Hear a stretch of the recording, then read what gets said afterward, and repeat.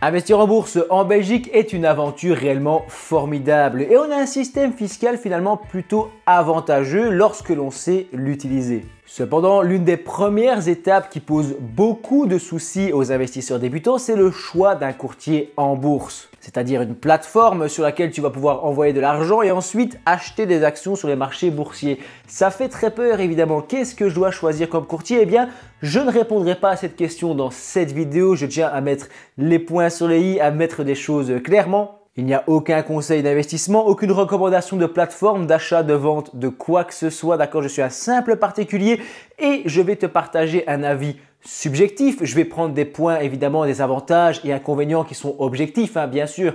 Je vais te présenter ça, mais j'aurai peut-être pas toutes les petites spécificités, les petites infos, la machin, etc. sur le courtier. Je l'ai fait via un ami à moi qui a le courtier. J'ai ensuite contacté leur service client. J'ai plein de choses à te raconter sur DeGiro et sur ce que j'en pense. C'est un avis subjectif et un peu objectif aussi. Il faut prendre ça comme tel.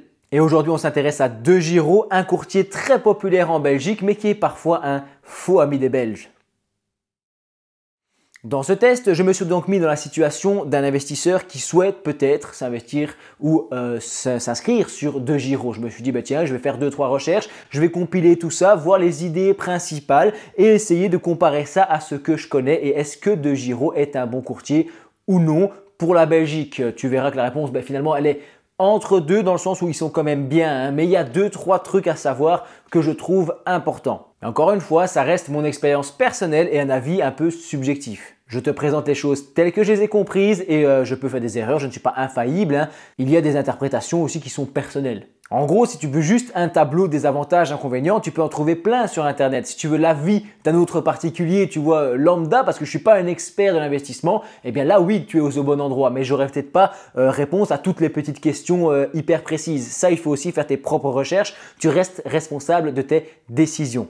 Bref, DeGiro est un courtier associé à la couleur bleue et qui vient des Pays-Bas. Il y a pas mal de courtiers là-bas. DeGiro, lui, est apparu en 2008 et a rapidement trouvé son public avec des frais très compétitifs. Surtout pour l'époque en fait. Il est présent dans plus de 18 pays et très populaire en Europe. Et je vais t'expliquer directement pourquoi j'ai dit que c'était un faux ami des Belges. Même si, encore une fois, c'est un courtier que j'apprécie. Ils sont pas mauvais, il n'y a aucun problème. Tu vas comprendre mon avis. Il faut un peu évidemment rester jusqu'à la fin de la vidéo. Pourquoi je dis que c'est un peu un faux ami? Parce qu'il s'occupe de la TOB. Ça, c'est une certaine excellente décision. La TOB, c'est la taxe sur les opérations boursières. C'est une taxe que tu payes à chaque achat, chaque vente, chaque opération que tu fais en bourse. Et c'est un calvaire à calculer et à déclarer. Donc, si DeGiro s'en occupe, c'est un point positif. Encore faut-il quand même vérifier qu'ils ne se trompent pas sur les TOB, des ETF, tout ça. Moi, j'aime bien vérifier les documents, mais dans l'ensemble, je n'ai pas eu de mauvais retour par rapport à eux. On verra dans les commentaires de cette vidéo pour les grands utilisateurs de DeGiro.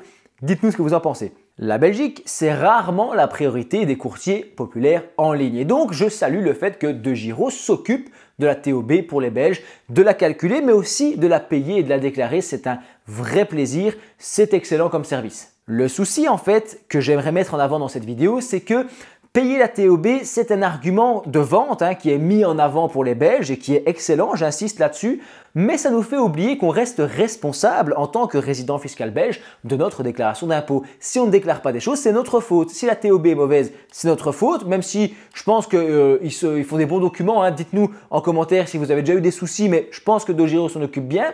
Par contre, j'ai vu aussi qu'il s'occupait des dividendes, mais selon plusieurs avis, il ne s'occupe pas de tous les dividendes. Il y a certains dividendes et certaines choses complexes comme les doubles impositions, tout ça, qui peuvent ne pas être prises en compte. Il y a aussi l'exonération des dividendes du précompte mobilier pour les Belges que tu dois déclarer toi-même, d'accord, via DeGiro. Mais il y a également la fameuse taxe Renders. Si on achète des produits, des fonds investissant dans plus de 10% de produits de taux productifs d'intérêt, typiquement des obligations, dans ce cas-là, on doit s'acquitter en Belgique de la taxe Renders de 30% sur les plus-values réalisées. Le truc, c'est que cette taxe, oui, elle nous embête un petit peu, mais elle ne nous empêche pas d'acheter ces produits-là qui peuvent être très utiles dans certaines stratégies d'investissement. Évidemment que si tu prends des ETF capitalisant 100% actions ou que tu n'achètes que des actions, tu n'as pas à t'inquiéter de ces taxes. Mais ça ferait en sorte que tu n'aies vraiment pas beaucoup de variables défensives dans le portefeuille. Donc je ne vais pas me mêler de tout ça, il n'y a toujours pas de conseils.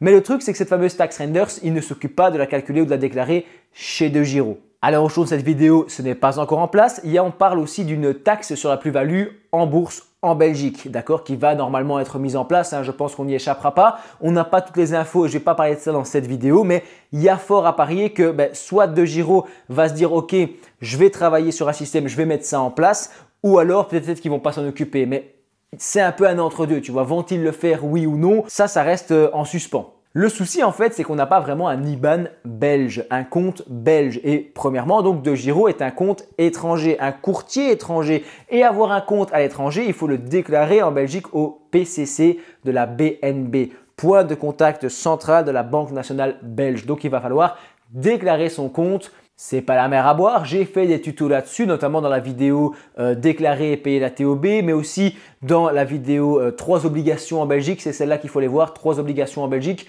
pour les comptes étrangers. Mais voilà, c'est un petit peu casse-pied à faire. Il y a aussi une déclaration annuelle à faire normalement chaque année dans ta déclaration fiscale de ton compte DeGiro. Donc voilà, c'est une petite contrainte administrative en plus. DeGiro, le faux ami des Belges, dans le sens où ok, c'est super de s'occuper de la TOB et de certains dividendes, mais il y a certaines zones floues au niveau de la taxe renders, de certains dividendes, mais aussi de la fameuse taxe sur la plus-value qui va arriver et tout ça. Il n'y a pas d'IBAN belge, il y a la déclaration du compte à l'étranger, il y a quelques obligations administratives et on pourrait faussement se dire tiens, là-dessus, j'ai rien à faire, il s'occupe de tout. Non, il ne s'occupe pas de tout, d'accord? Même si ça reste un courtier très carré et très correct. Je vais en parler après dans les points positifs. D'ailleurs, tant que j'y suis, j'ai aucun partenariat avec DeGiro. Pour cette vidéo, je ne suis pas payé. Je fais ça comme ça parce que j'avais envie d'en parler, de faire un test là-dessus puisque personne n'en parle sur Internet. Donc, j'ai envie de faire un avis d'investisseurs belges particuliers. Ils m'ont rien proposé au niveau de partenariat. Donc, et de toute façon, je ne suis pas certain qu'ils vont me proposer après ma vidéo, mais ça reste un avis subjectif. J'insiste là-dessus toujours. Je ne suis pas en train de descendre qui que ce soit et je trouve que DeGiro, c'est un bon courtier et j'ai pas mal d'amis qui sont dessus. Moi, j'avoue que j'ai pas de compte, d'accord? Donc ça, c'est aussi important de le dire. J'ai pas un compte DeGiro pour le faire. J'ai testé pendant toute une après-midi avec un ami qui m'a tout expliqué là-dessus. En tout cas, ce que lui avait compris, peut-être qu'il n'est pas au top non plus. Et en tout cas, il était content. D'ailleurs, un autre truc que mon ami m'a expliqué, c'est qu'il n'y avait pas de crypto ou de CFD sur DeGiro. Je ne sais pas si tu penses ça vraiment en point négatif. Ça dépend si ce genre de produit t'intéresse, oui ou non. Mais ça, il faut le savoir aussi qu'on n'a pas apparemment de crypto sur DeGiro. Pour les Belges, on ne peut pas non plus utiliser l'application It's Me qui est pourtant bien pratique, qu'on aime bien utiliser pour s'authentifier de manière sécurisée sur la plupart des sites. Au moment où j'ai testé aussi avec cet ami, il n'y avait pas de système de plan d'épargne programmé. En tout cas, je ne m'en rappelle pas. Peut-être qu'on aura des utilisateurs aguerris de DeGiro qui vont nous dire en commentaire le contraire. Ça, c'est possible aussi. Encore une fois, je ne suis pas infaillible. Mais il n'y avait apparemment pas de système automatique de plan d'épargne. Donc, pour un DCA, il faudra un petit peu gérer ça soi-même. Ce n'est pas la mer à boire, ce n'est pas grand-chose, mais c'est une option qui est pourtant assez sympathique. Les avantages, parce qu'il y en a, le premier, évidemment, c'est la TOB. Il s'occupe de cette TOB, ça c'est quand même super bien pour un courtier étranger. Deuxième avantage, c'est le service client. J'ai téléphoné, d'accord, j'ai appelé, j'ai eu un certain Mathéo au téléphone, si imaginons qu'il se reconnaît le gars. Super sympathique, il a répondu à mes questions. Je lui ai posé plusieurs questions sur l'investissement en Belgique. Je lui ai dit, tiens, est-ce que vous prenez la TOB? Comment ça marche? Ah oui, et si je veux créer un compte et quoi? Et machin. Et je lui ai posé 2-3 petites questions, mais ça a duré 5 minutes. Mais en tout cas, j'étais content. On m'a répondu très vite. D'accord? J'ai appelé au numéro qui était proposé sur Internet. On me répond directement. Je pose 2-3 questions. On est gentil, on est patient avec moi. C'est bête, d'accord, mais perso, je suis peut-être vieux, j'en sais rien. J'ai 32 ans, je suis peut-être de l'ancienne école, mais pour moi, parler à un humain, c'est important. Les chatbots et les machins ainsi, ça m'horripile, d'accord? Je préfère payer un peu plus cher mes frais et parler à quelqu'un que d'avoir moins de frais et avoir un robot qui ne sait pas m'aider si vraiment j'ai un bug ou un problème, tu vois. Ici, je pose des questions, on me répond, donc ça, point positif, d'accord? Encore une fois, c'est mes points positifs, t'en fais ce que t'en veux. Donc TOB et service client, j'ai aussi utilisé les FAQ et toutes les informations disponibles sur leur site. Ils ont des petites académies, des petits tutos et tout ça sur la bourse que je trouvais plutôt pas mal fait. Donc c'était sympathique d'un peu lire tout ça. Quatrièmement, ce sont les frais de courtage. Je ne vais pas te faire ici un tuto sur les frais de courtage de DeGiro parce que à chaque fois les frais de courtage c'est super compliqué. Donc j'aime pas trop en parler, tu vois, parce que ça dépend vraiment de quel produit tu achètes et tout ça.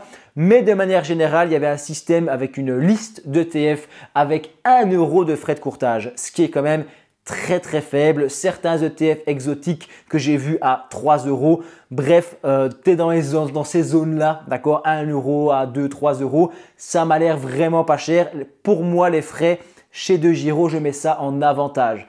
Après, moi, je suis un investisseur qui paye assez beaucoup de frais sur d'autres courtiers que j'utilise. Donc, peut-être que je suis biaisé, mais pour moi, 1, 2, 3 euros, même 4 euros, c'est pas cher. Je trouve que DEGIRO, c'est pas cher en frais. Derrière, il y a un truc très important qu'on appelle les spreads, donc c'est-à-dire l'écart entre le prix affiché et le prix réel que tu vas payer, qui peut parfois être plus élevé. Quand il est plus élevé, ça permet au courtier de se prendre une marge supplémentaire et de réduire tes frais ou alors de lui-même se faire un peu d'argent dans la poche.